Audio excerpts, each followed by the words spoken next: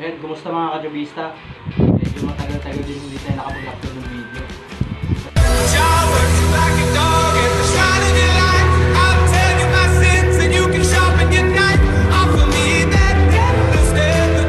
Marami kasing nagre-request ng mga songkaw, kaya naisip ko may na-recording setup, kaya umorder ako ng mga gamit natin. Mag-unboxing tayo ngayon, kaya umpisa na natin. Unahin muna natin yung sound card.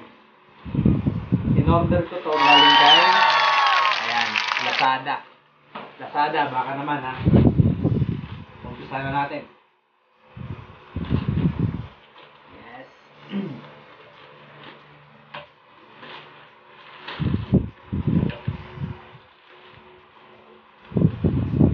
Kaya dyan mga kajubista, pagka gusto nyong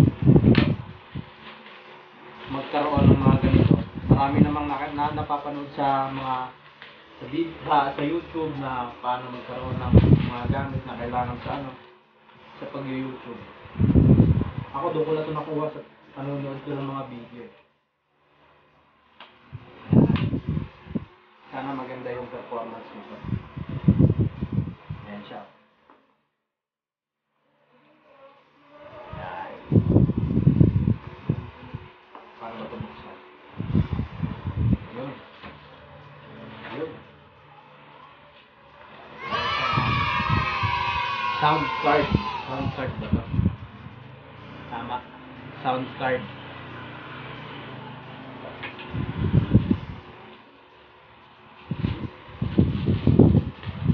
Ito siya. Mamaya subukan natin to kung ano yung performance niya. Tapos meron siyang mga cable wire na magagamit natin mamaya. Tatlo. Yan. Sabihin muna natin siya. So yan po yung sound card. Tapos dito naman tayo sa mic condenser na nagpapatulong daw para mapaganda yung boses. Sabagay, hindi na makagandahan yung boses ko, kaya kailangan ko talaga ito. Yan, let's go. Buksan na natin yan.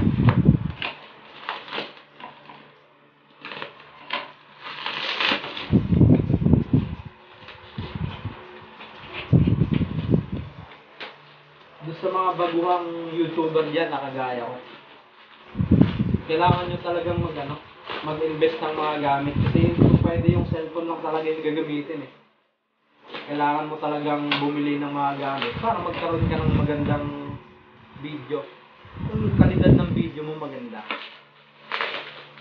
Sa akin, hindi pa nga ganun kaganda eh. Kaya kailangan mo bumili ng mga gamit. Hindi yung makontento lang tayo sa cellphone natin. Kailangan din natin mag-invest. Para syempre, mawili yung mga viewers mo na manood sa mga video mo. Kasi maganda na yung content mo, yung kalidad ng video mo.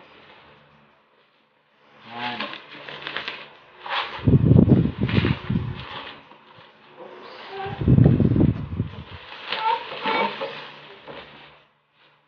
Yes. Ito muna. Ito yung microphone stand. Let's open it. Microphone stand.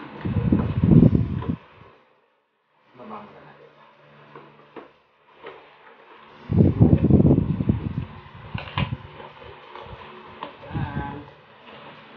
Sana maganda to para hindi mapahiya sila sana. Oh. Maganda yung kakakabista. Kompleto sa balot. Buksan natin yung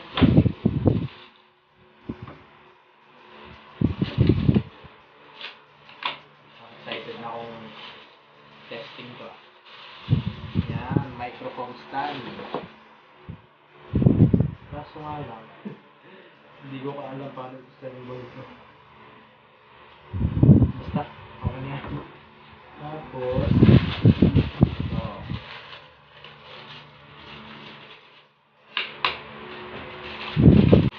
pinaka-clamp niya. Tapos,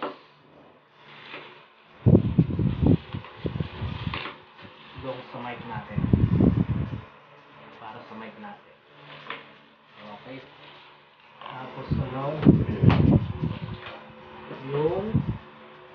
shield. Ito ba yung filter kung tawagin? Pop shield. Nagpapaganda doon ito ng boses ko. Parang nagiging boses mo si Oger kaso dito. Oh! Yan o.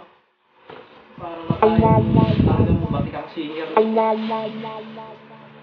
Panis. Oh, tingnan nyo katubis na. Ang ganda.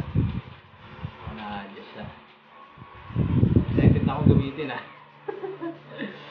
Yan. Pop shield. Next. Yung condenser microphone. Yan. Condenser microphone. Ito tayo dyan. Para talaga tayo itong sasali sa tawag ng panghalan. Recording talaga naman. Bababa ko na lahat ha.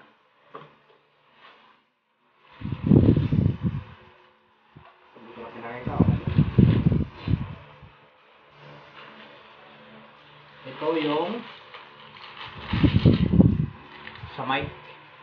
Nilalagay sa mic. Lagyan muna natin. Hindi pa natin alam paano i-assemble mamaya. Sunod. Yung wire para sa mic. Sana maganda to ah. Kasada, sa inyo nakasalalay talaga.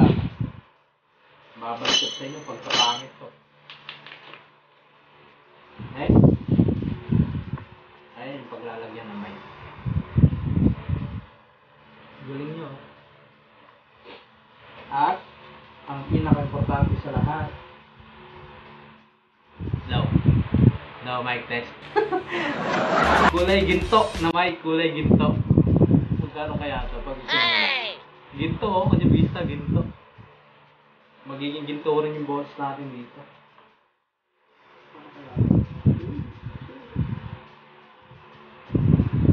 Hindi ko alam to. Mamaya. Lahat ng in-order natin para sa ating mini recording setup. Ngayon, ay meron pa palang isa. So yun, nabuksan ko na ito eh. Kasi ginamit ko ito isang beses eh. Yung headphone. Yan. Kulay-pula. Ba't yung naging kulay-pula? Hindi pula yung order ko eh. Bagay, nandito na siya. Yan. Para talagang kompleto sa Mikado. May headphone, may mic stand, may sound card, may microphone. Lahat. Kompleto na yan. So, ayun mga katubista. Yun lang yung payo ko sa inyo. Doon sa mga nag-uumpisang mag-YouTube dyan. Ayan yung mga gamit ko. Yan. Yan. Doon po sa nag-uumpisang mag-YouTube dyan, kung gusto nyo talaga, seryosohin yung pag-YouTube, kailangan nyo talaga mag-invest na gamit. Hindi yung makontento lang tayo sa cellphone. Kaya, sana, abangan nyo yung next video ko. Doon sa mga nag-request, eto na, sunod-sunod na yung magiging video natin kasi kompleto na yung recording setup natin. Ayusin ko na lang to. Abangan nyo po sa next video ko. Maraming salamat.